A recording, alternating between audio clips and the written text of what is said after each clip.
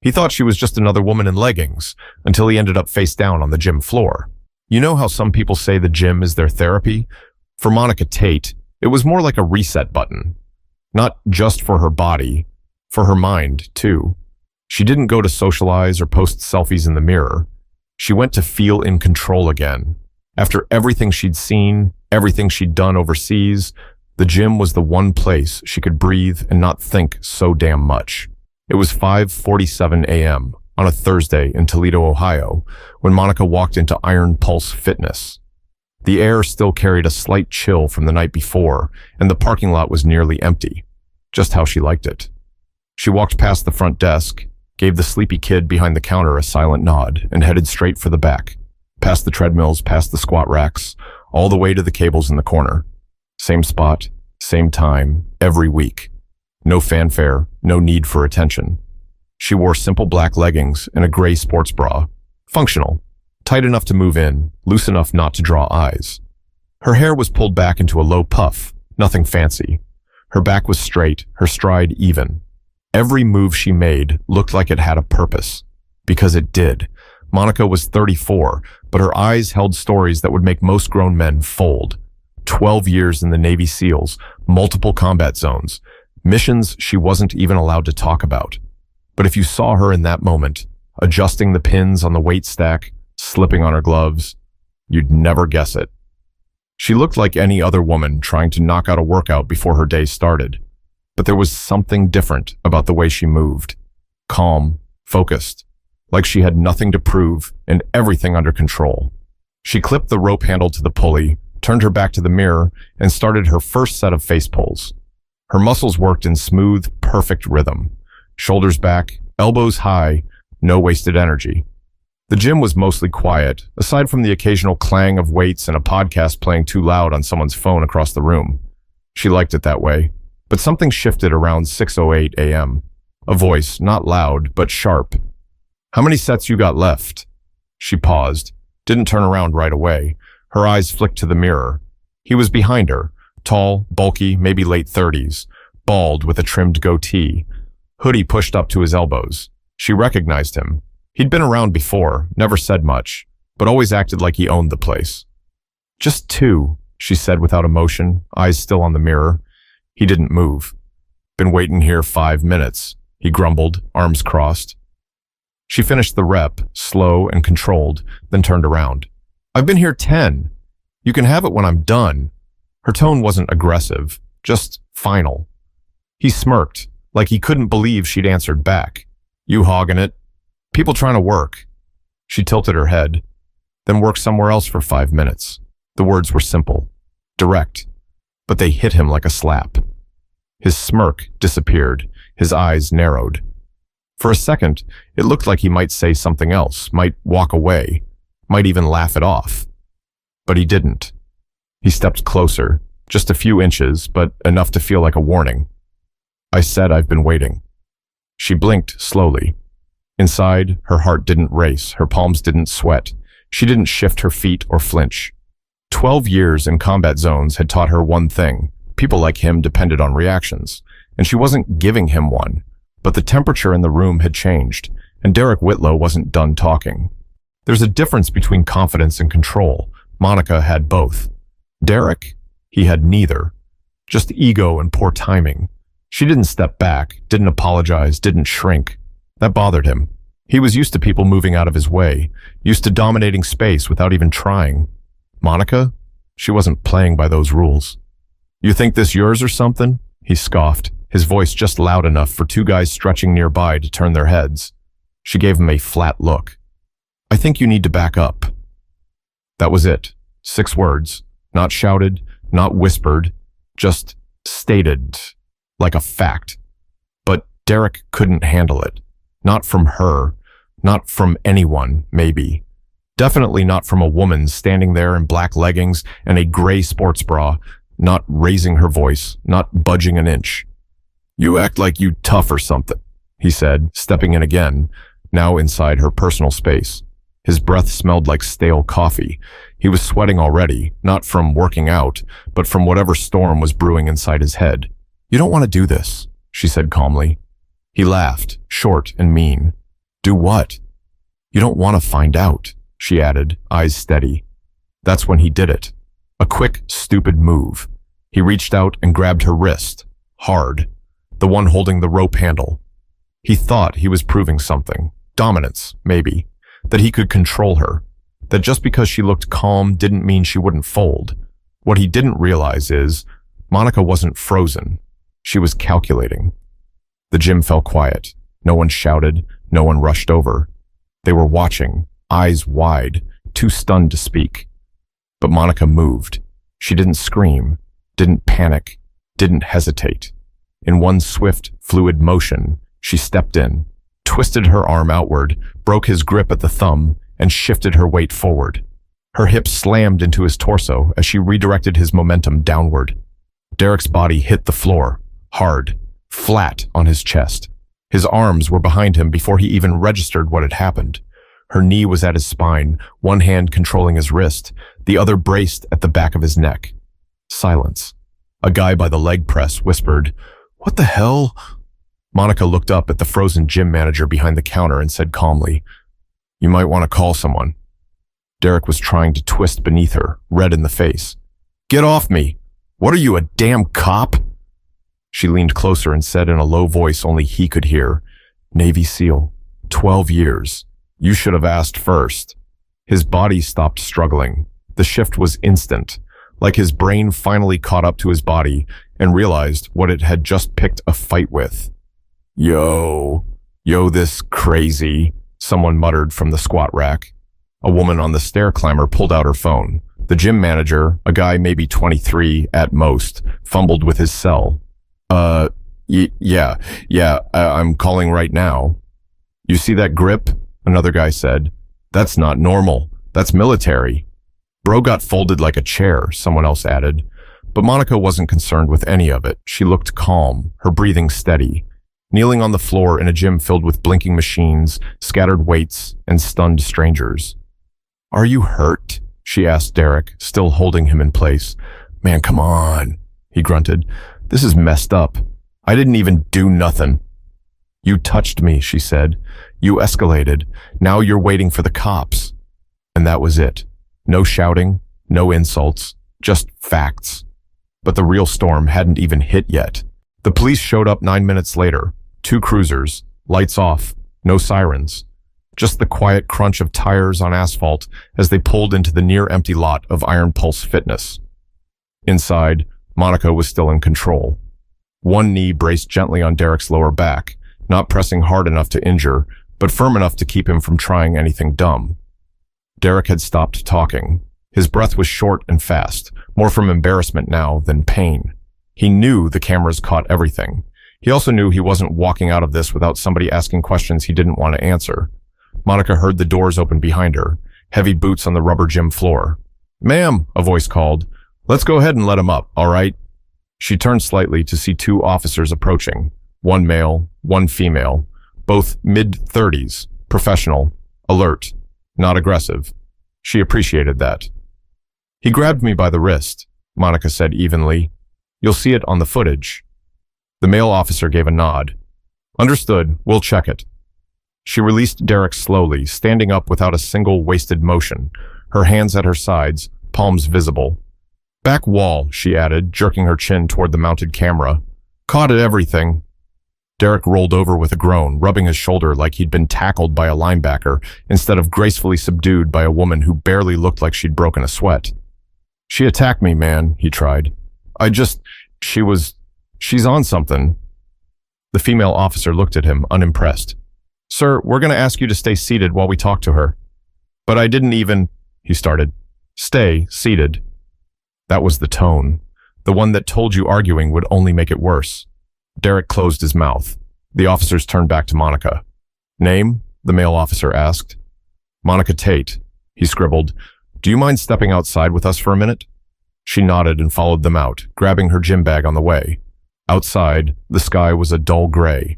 Morning traffic just starting to pick up in the distance. The air was cool, but she didn't feel it. Her adrenaline had leveled out, but her focus remained sharp. "You military?" the female officer asked, looking her over. "Still active. SEAL team. Currently on leave." The officer blinked. You're Navy? Yeah, 12 years. I've trained people who train people. The male officer gave a small chuckle, almost in disbelief. He picked the wrong one today. Monica shrugged. He picked someone who didn't flinch. They nodded, took her statement. She explained everything clearly. No embellishments, no emotion, just facts. What she said matched what the camera showed. But just as they were finishing up, another voice cut through the still air behind them. Hey, are y'all seriously buying her story? Derek. He'd followed them out, waving one arm wildly, the other still tucked close to his ribs. She's lying, man. She attacked me for no reason. The male officer stepped forward. Sir, you need to stay back. But Derek wasn't having it. She's trying to make me look like some creep. You put your hands on her, Monica said, loud enough to cut through his rant. No one made you do that. I didn't mean nothing by it. That's not how it works.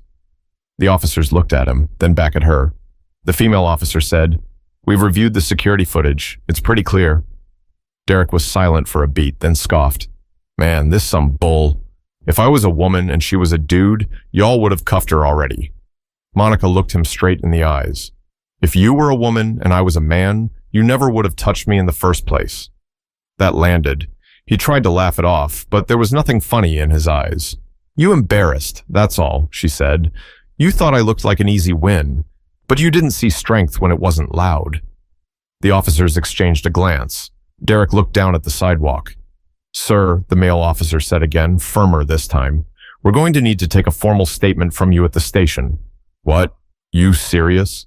You're not under arrest, but you are being detained for questioning.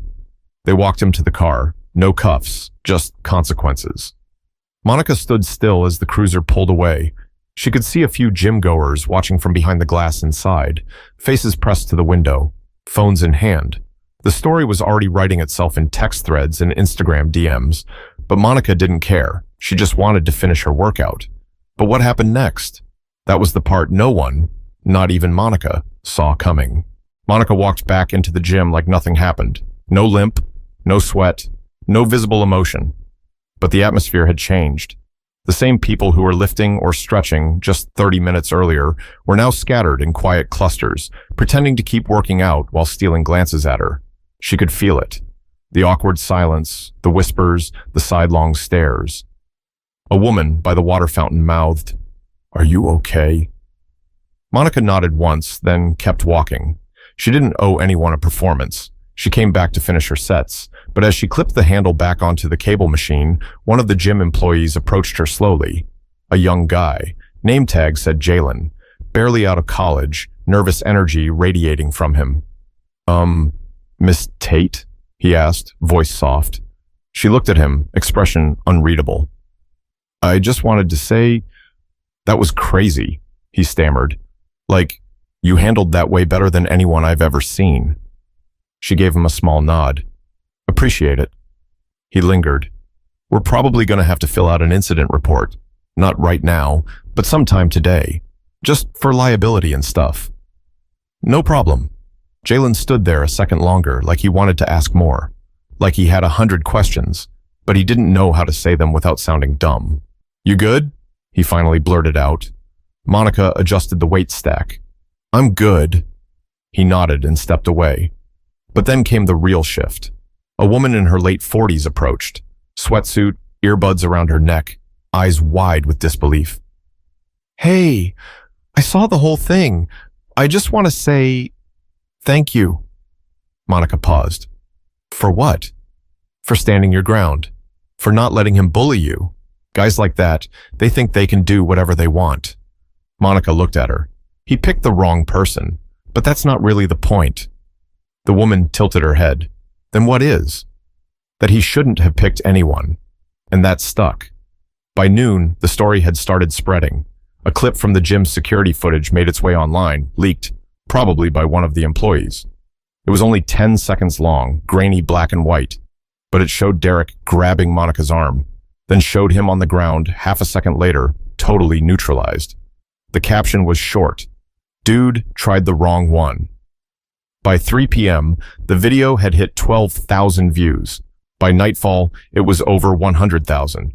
Monica had no interest in any of it. She didn't post, didn't comment, didn't even open the apps. She spent the afternoon in her backyard with a protein shake and a jump rope, earbuds in, zoning out. But the world didn't leave her alone for long. Her old teammate, Bryce Darnell, texted her the video with 5 words. "You going viral, Chief." She ignored it. Then came the calls. Local news, podcasts, a defense magazine, even a talk show assistant producer trying to book her for a segment on women in unexpected roles. Monica turned all of them down. It wasn't about fame. It wasn't even about the fight. It was about a moment. One that could have gone very differently. One where a lot of people would have frozen, or gotten hurt, or worse. And maybe that was what bothered her the most. How normal it felt. How routine Tersazek Seheng. Derek wasn't some monster. He wasn't armed. He wasn't insane. He was just a man who thought he could grab a woman's wrist because she didn't move fast enough. And if Monica had been anyone else that day, someone younger, someone smaller, someone not trained, who knows how far he would have taken it. That's what stuck with her. Not the praise, not the views, not the headlines, just the fact that it happened at all. But the public had already picked a side, and they weren't done talking. By the next morning, Monica's name was everywhere. Monica Tate was trending on social media. Memes, reactions, side-by-side screenshots of the footage. People were calling her everything from the calm storm to the baddest woman in leggings since Layla Ali. Comment sections lit up. That man got folded by a seal and earned it. Protect Monica Tate at all costs. She didn't say a word. She executed that takedown like a chess move. The gym had no choice but to post a statement. Iron Pulse Fitness does not tolerate harassment or physical altercations of any kind. We are reviewing our policies to ensure safety and respect for all members. They didn't mention names, but everyone knew. By Friday afternoon, Derek Whitlow's full name was circulating online. Someone dug up a thread from last year, a woman claiming he followed her to her car in the parking lot after she turned down his offer to spot her. Then another woman came forward, then another. Same gym, same story, different day. Monica had unintentionally opened a floodgate. And suddenly, what happened that Thursday morning wasn't just a story about a woman defending herself. It was a story about what women deal with. Constantly. In public. In silence. In places they're just trying to exist without being tested. A local reporter finally caught Monica outside a coffee shop the next day. She wore sweats and sunglasses, tried to ignore the guy, but he was polite. Respectful. He asked one question. "What do you want people to learn from all this?" She thought about it, then said, "Not everyone's trained like me, so maybe stop expecting them to be."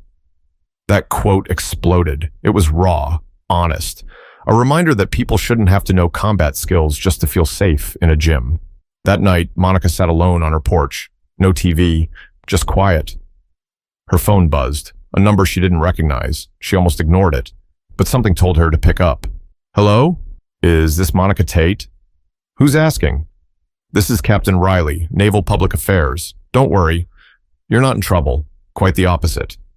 She sat up a little straighter. "Okay. We've seen the footage. Read the reports. We just wanted to say we're proud of how you handled yourself. Discipline, restraint, control. That's what we train for." She exhaled slowly. "Appreciate that. You planning on coming back in?" "Eventually," she said.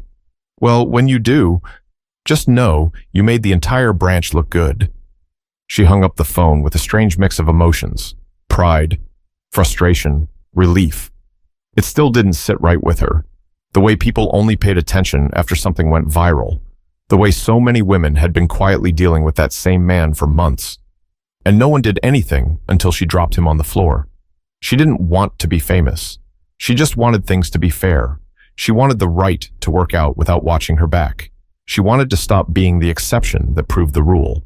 The next morning, she showed up at Iron Pulse again. Same black leggings, same gray sports bra, same routine. Only this time, the room got quiet when she walked in. Not out of fear, out of respect.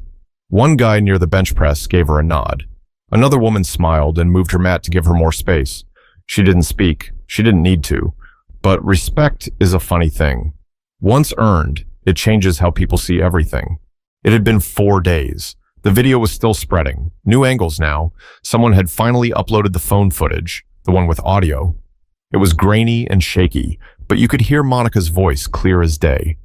"You don't want to do this. You don't want to find out."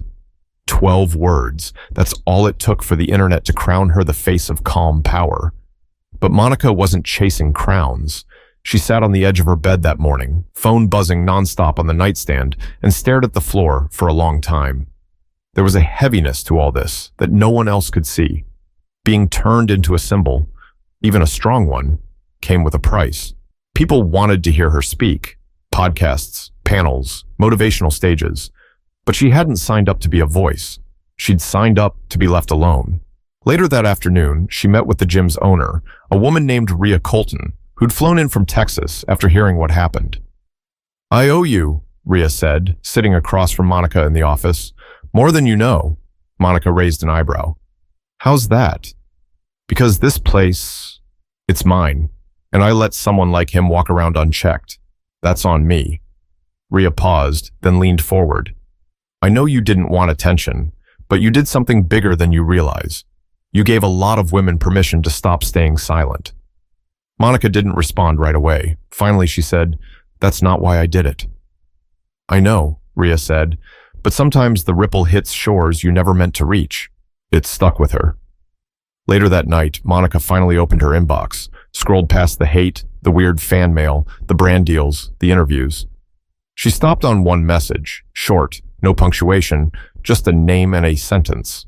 "I was assaulted in a gym 2 years ago. I froze. Watching you helped me breathe again. Thank you." Monica closed the app, set the phone down. And finally, for the first time since all of it started, she smiled. Because maybe that was the point, not to be known, not to go viral, not to win, but to remind people that strength isn't always loud, that calm doesn't mean weak, that women shouldn't have to look dangerous just to feel safe. Monica didn't become a hero that day at Iron Pulse. She reminded the world what a quiet kind of power looks like, the kind that doesn't need to yell, threaten, or prove itself. Just move, decisively, confidently, and only when necessary. So if there's one thing to take away from all this, let it be this.